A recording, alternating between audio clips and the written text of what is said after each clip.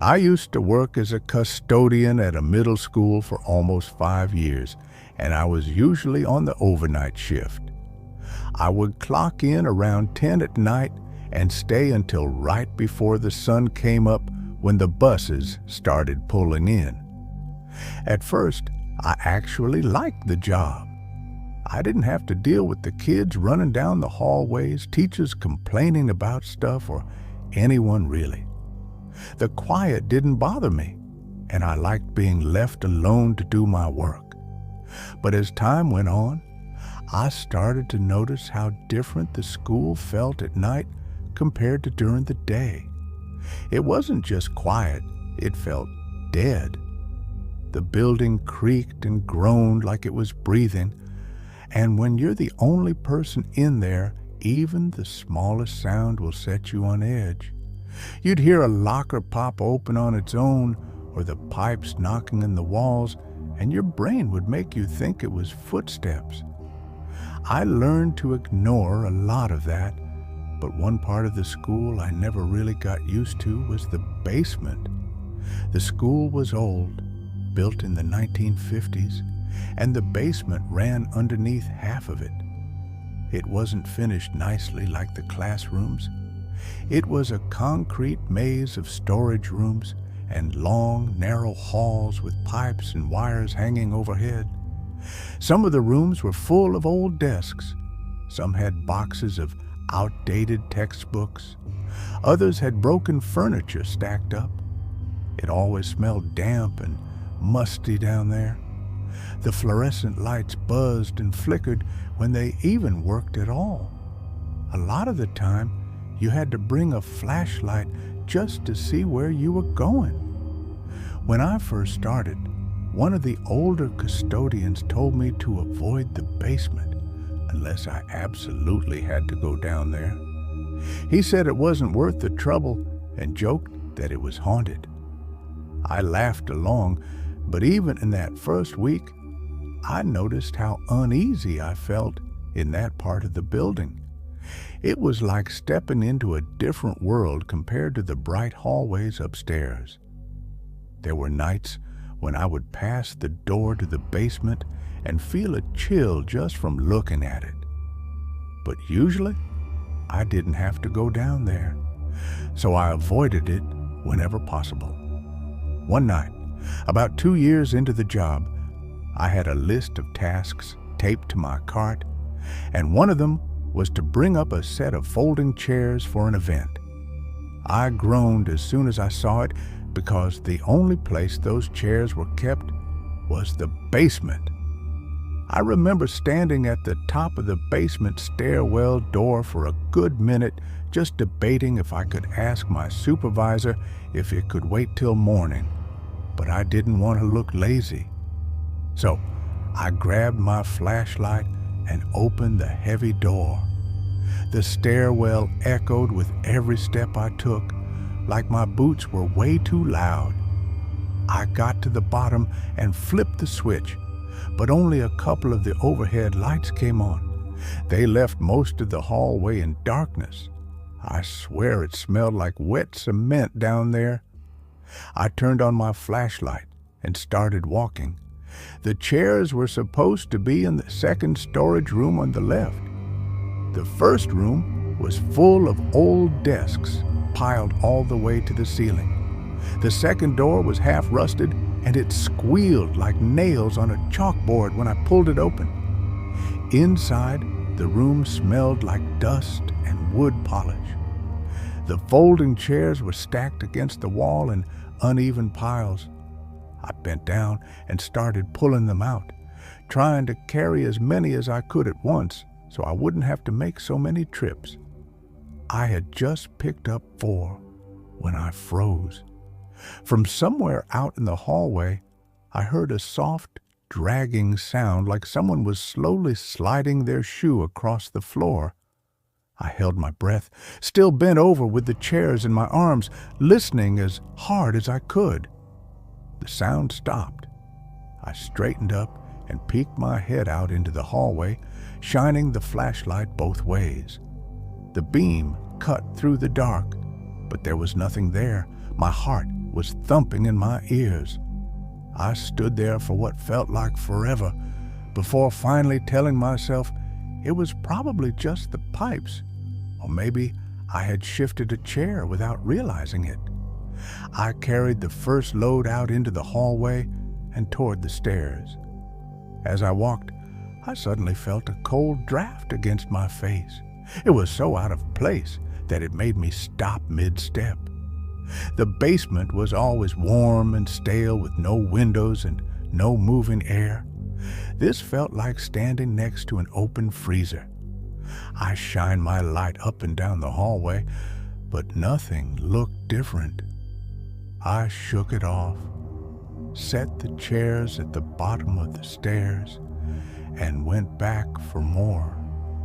When I walked into the storage room again, something different somehow, like they had shifted while I was gone. I frowned at them, trying to remember exactly how they'd been leaning.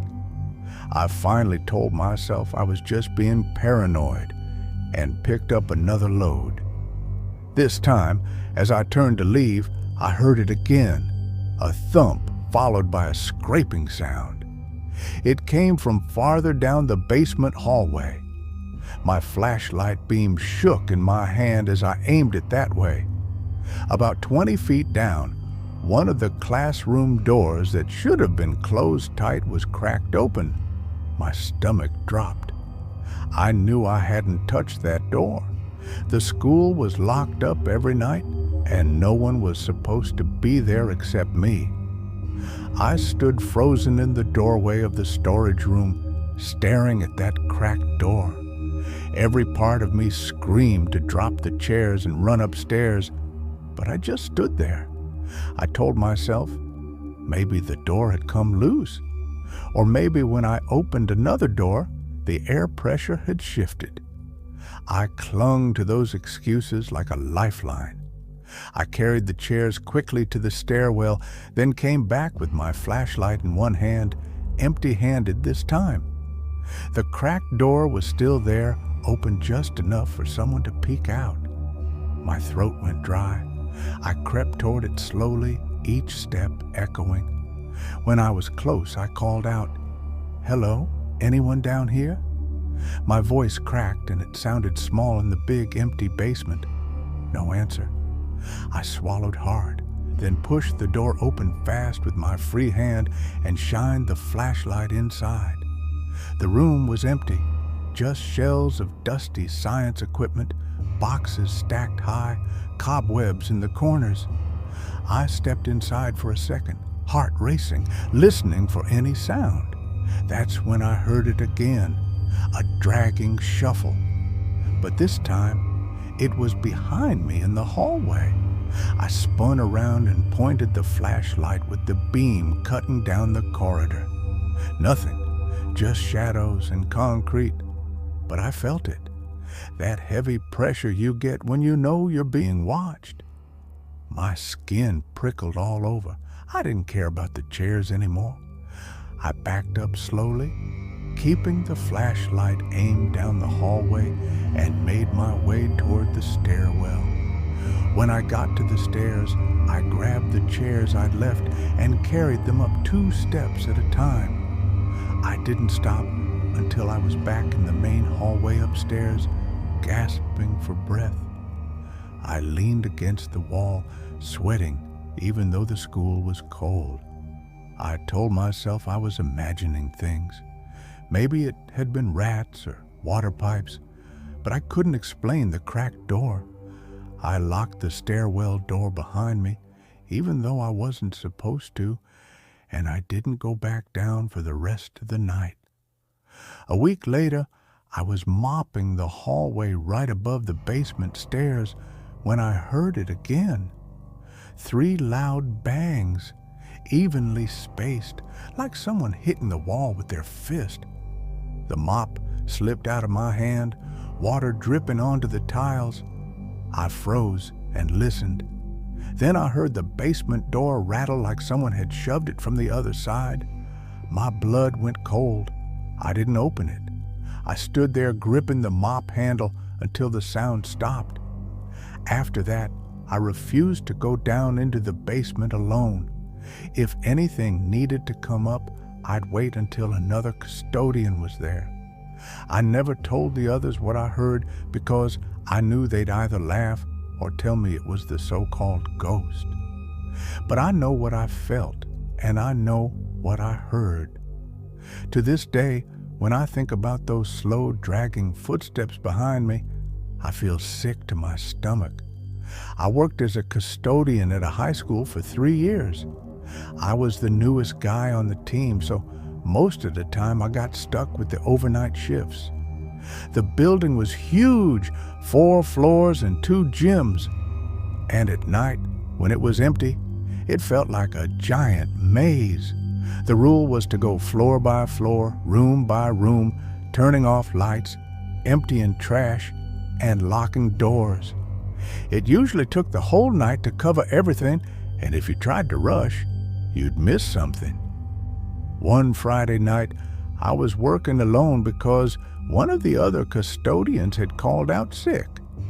Normally, we worked in pairs, so I wasn't used to being the only one on duty. At first, the shift was normal. I started on the first floor, emptying trash cans, wiping down surfaces, and mopping the hallways. The lights in some of the old corridors flickered, which made the shadows jump around, but I told myself it was just the building settling. Around midnight, I made my way up to the 3rd floor. That floor always gave me a bad feeling because it was quieter than the others.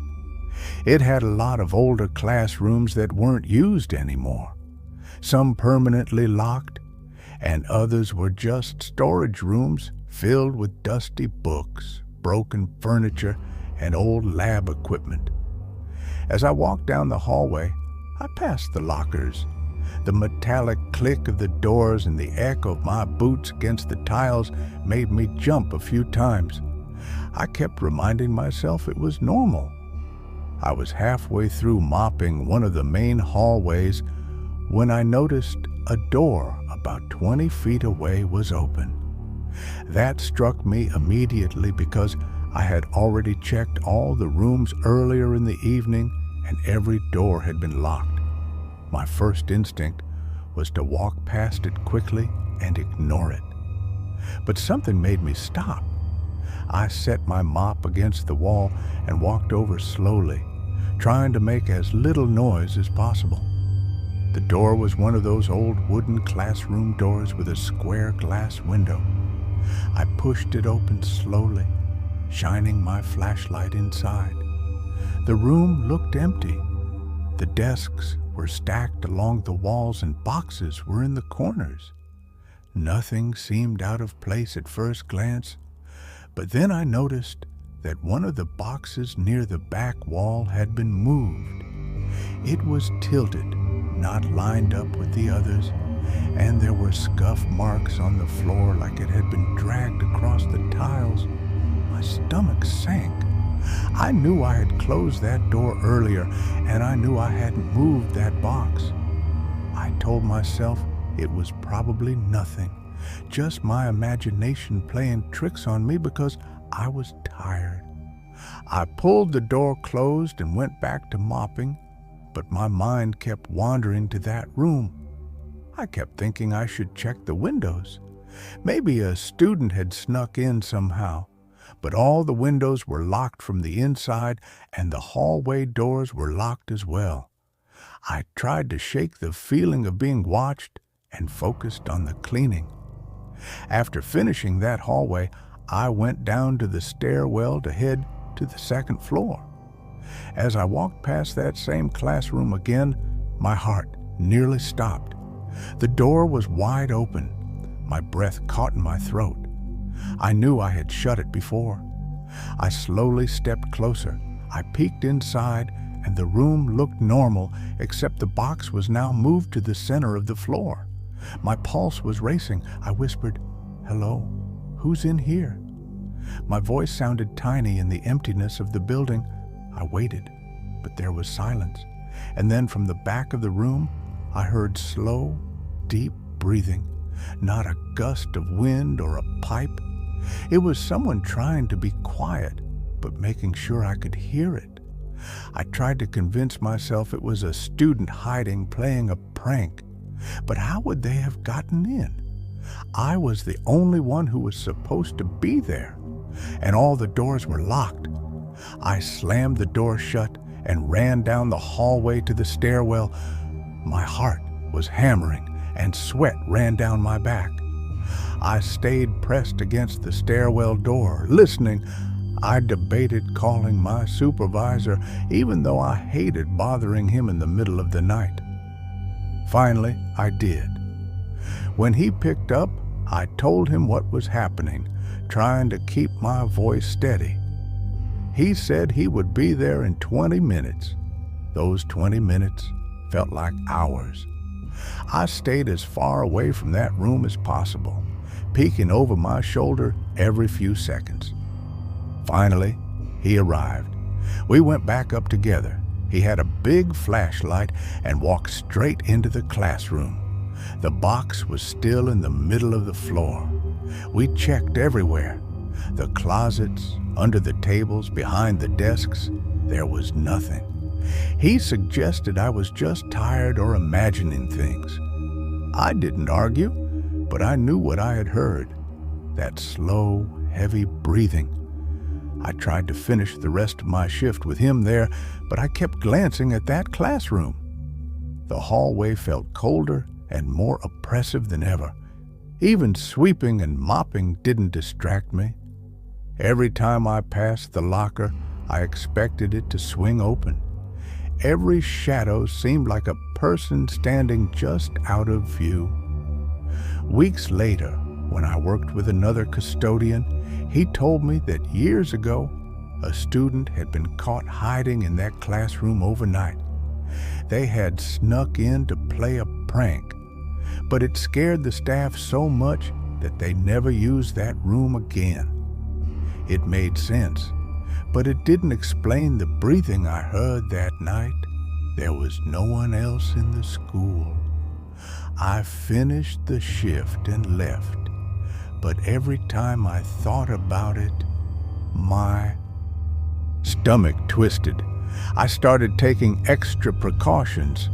I made sure all the doors were locked as I passed. I kept my flashlight pointed at the floor and stayed near the stairwell if I had to pass that hallway. Months later, I had another overnight shift alone. I avoided that third floor for as long as possible. When I finally had to go up, I moved as quickly as I could. I kept thinking I'd hear it again. The feeling of being watched didn't go away. Even when I was in a room far from that classroom, I felt like eyes were on me. Every creak of the floor made me jump. I finished the shift and left quickly, never looking back. I refused to work that floor alone again. Even years later, I avoided it whenever I could. I never found out if it had been a student hiding or something else, but I'll never forget the sound of that breathing coming from a classroom that should have been empty. I can still hear it in my head sometimes. I worked as a night custodian at an old high school for 2 years. The worst part of the job was always the auditorium. It was massive with 3 levels of seating, a big stage, and long, heavy curtains that hung from the ceiling. During the day, it looked normal, but at night, when the building was empty, it felt like stepping into a completely different place.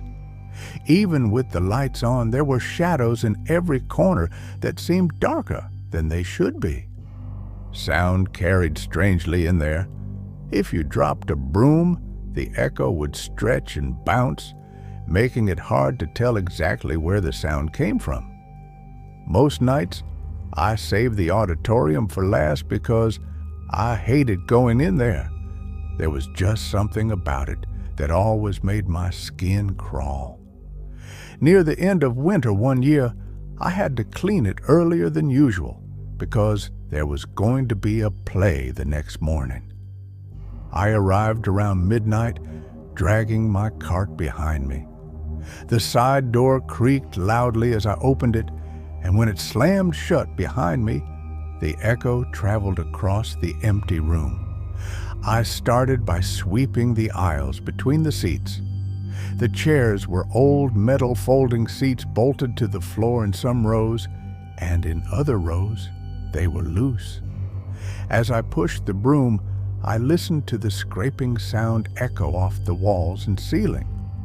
After a few minutes, I thought I heard something else. It was faint at first, like a soft rustling from the stage. I froze, thinking maybe a prop had fallen over, but when I looked, the stage was empty. I shook my head and told myself it was nothing. I continued sweeping. A few minutes later, I heard it again. This time, it was more distinct. The sound of slow footsteps across the stage. I stopped sweeping and looked toward the stage. I could see the stacked props in the corners. Nothing moved, but the sound was real. My breathing became shallow. I slowly climbed the steps onto the stage, shining the flashlight behind the curtains. There were ropes, pulleys, old chairs, and painted scenery stacked against the walls. Everything was covered in dust, and the beam of my light made it dance like it was moving. I couldn't shake the feeling that someone or something was nearby. I backed off the stage, telling myself it was just the building settling, maybe a mouse in the rafters, but the feeling didn't go away. I continued sweeping down the aisles, trying to finish as fast as possible. My mind kept going back to the stage. The sound of those slow footsteps repeated in my head, even though I couldn't hear them anymore. I finished sweeping the lower level and started mopping. As I pushed the mop through the rows, I thought I saw a shadow move across the second tier of seats. I moved my flashlight toward the seats, but nothing was there. I tried to tell myself it was a trick of the light. I kept my back to the wall as I moved, feeling as if someone were behind me. I had nearly finished mopping the main floor when I heard it again. A whisper. I couldn't make out words, but it was low, and it was coming from the balcony seats above me. My heart was now hammering, my flashlight's beam trembling in my hands. I wanted to run, but I didn't. I had to finish the job. I told myself it was someone outside or maybe a janitor who had forgotten something, but I knew I was alone. I kept mopping slowly, my ears straining. The whispering continued, almost like it was moving closer. I tried calling out, but I was so nervous that my voice sounded weak. There was no answer, only the echo of my voice. I finished mopping the main floor and started cleaning the stage itself. The steps up felt endless, and every time I moved my flashlight, I thought I saw something just at the edge of the beam. Sometimes it was a flicker of a shadow.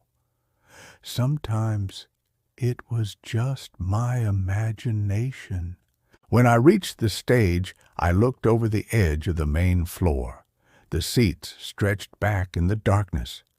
I shined the flashlight into the balcony, and for a moment I thought I saw a figure sitting there, just a silhouette.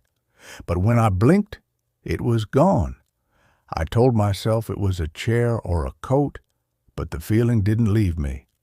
I started dusting and moving props, trying to focus on something physical. The whispering came again, much clearer this time.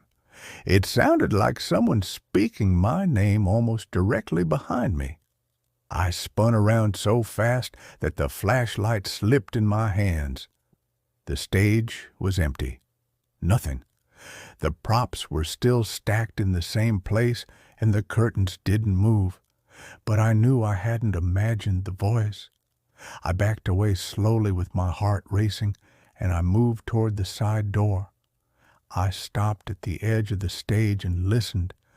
I could hear soft footsteps on the upper levels moving slowly across the balcony. I told myself it was impossible. The auditorium was locked. No one else should have been there. The footsteps continued, stopping and starting as if someone were pacing and watching me. I finally ran to the door, grabbed the handle, and pulled it open. The cold night air hit me like a wall, and I felt relief, but I could still hear the faint echo of footsteps above, fading away slowly. My hands were shaking so badly I could barely lock the door behind me.